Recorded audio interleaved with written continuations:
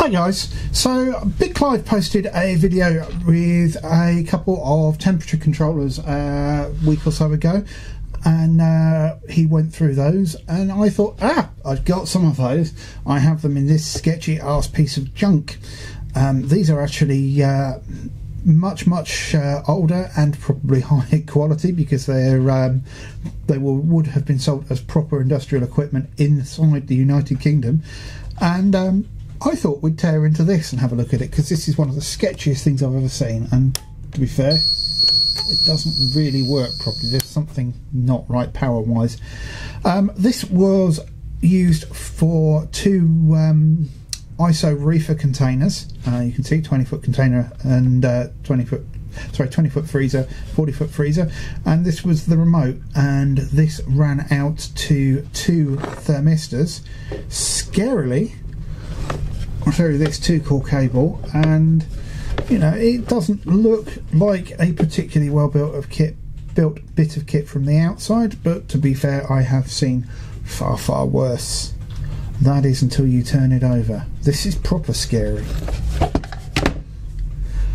So someone actually did this as a commercial product. And yes, this entire thing is held together with chocolate box or bodge blocks or whatever you want to call them. We have two encapsulated power supplies down the bottom.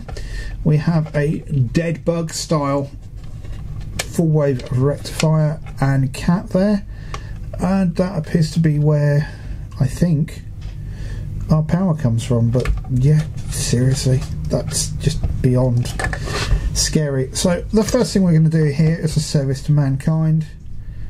Is just get rid of this, get this all out of the way, chop, and this will make sure that no one ever plugs this piece of junk in again. And just to make doubly sure,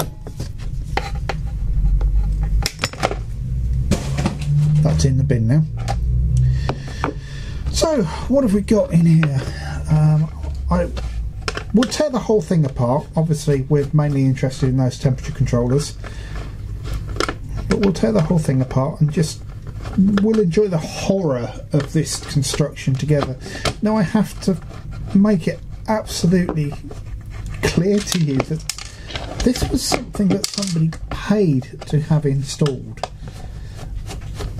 This is not a project from a hobbyist or something like that. This is a commercial piece of equipment. Just let that sink in. That's out. Let's just get rid of this mains cable. I don't think I ever want to use that piece of cable again, so we will dispose of that in the bin as well. So we've gone to the effort of actually soldering the fuse connector, but again, look, why would you do that?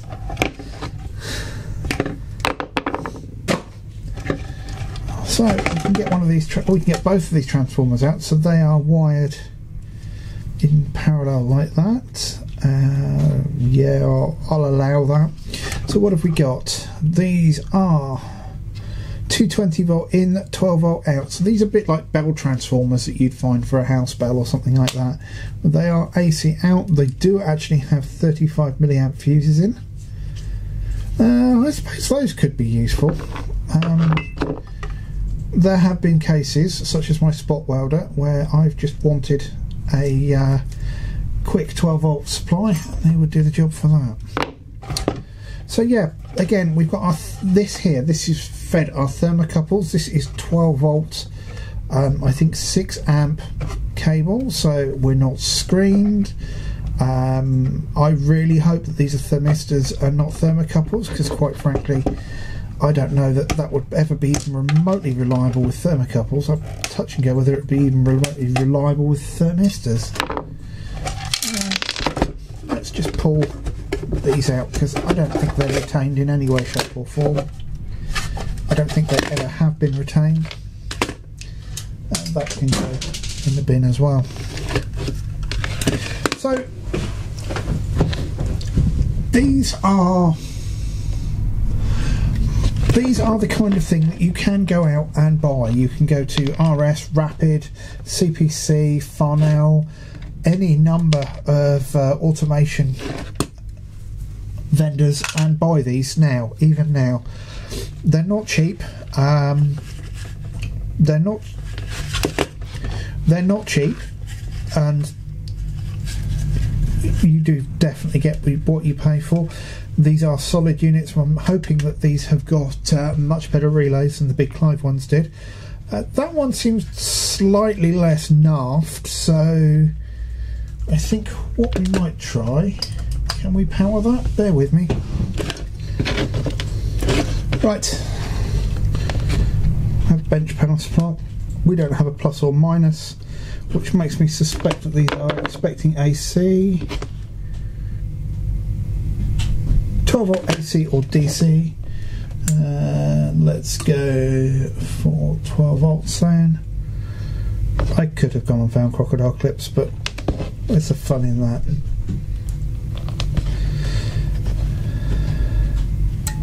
It went ting and it's gone bleep straight away. Okay, well that one doesn't appear to be too happy. I'm guessing the other one probably won't be as well. It might be why these were retired.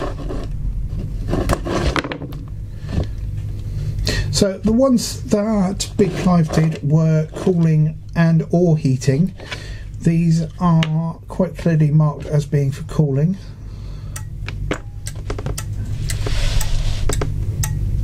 That doesn't seem right either. Oh, we've got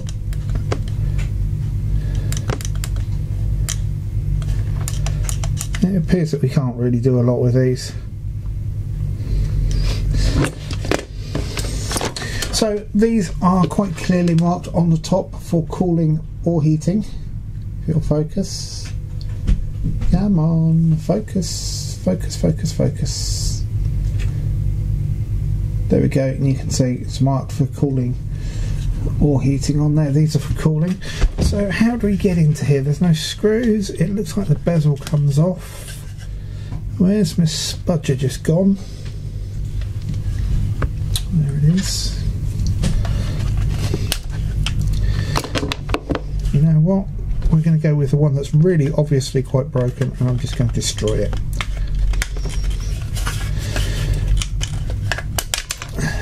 Bezel comes off. I still don't see any way to split this. What have we got there? That looks like a sticker. Come on. So compared to the ones that Big Clive had, which came apart fairly quickly, this is not going to be the case with these. It looks like everything is crammed in through the front. There we go. So that is just a piece of plastic, the kind that's used for LED displays, and they've just put a membrane over that. Get rid of that one. Can we get this out now? I could undo the screws, you're right, but where's the fun in that? So we are still retained somehow. No, we're not. So obviously we've got a hell of a lot more in here than we did on the Chinese ones. We have some semblance of credibility given to making them safe. We have two boards which we can split open, and there's the difference between the cheap ones and the real ones. You can see there that we've got some lovely Transvania relays in there, good isolation on the mains, possibly slightly ruined by there being a paper sticker there that's going to get damp, but as you can see there's nothing on here that's really going to be a problem with the mains. And it looks like our sensor goes straight up that ribbon as well, but everything is kept well away from that mains. What have we got over here? A 7805, that's not particularly surprising. We have a 74HC04, not quite sure what they'd be using that for. We have an LM324, which will be used for amplifying the thermocouple input and conditioning it. Thermocouple thermistor. And there we have our microcontroller there, which will be a completely custom job. It's a Motorola chip again, EW961 LLC E9308. I think that 9308 is more likely a date. 93. Can't see a date code on them. 93. 94. So yeah, we're looking early 90s on this. It still doesn't. Is that a date there? Here we go. 4194. Doesn't excuse the absolutely awful build quality. And then on our front panel, we literally just have our buttons. One button that's not fitted, and two 7-segment displays. So there's nothing exciting or special going on in here, but obviously it's still a significantly higher build quality than the Chinese units. And you can see we've got slots cut in here to take the display, and the whole thing is actually quite rigid. So there we go. There's not really much to say about that.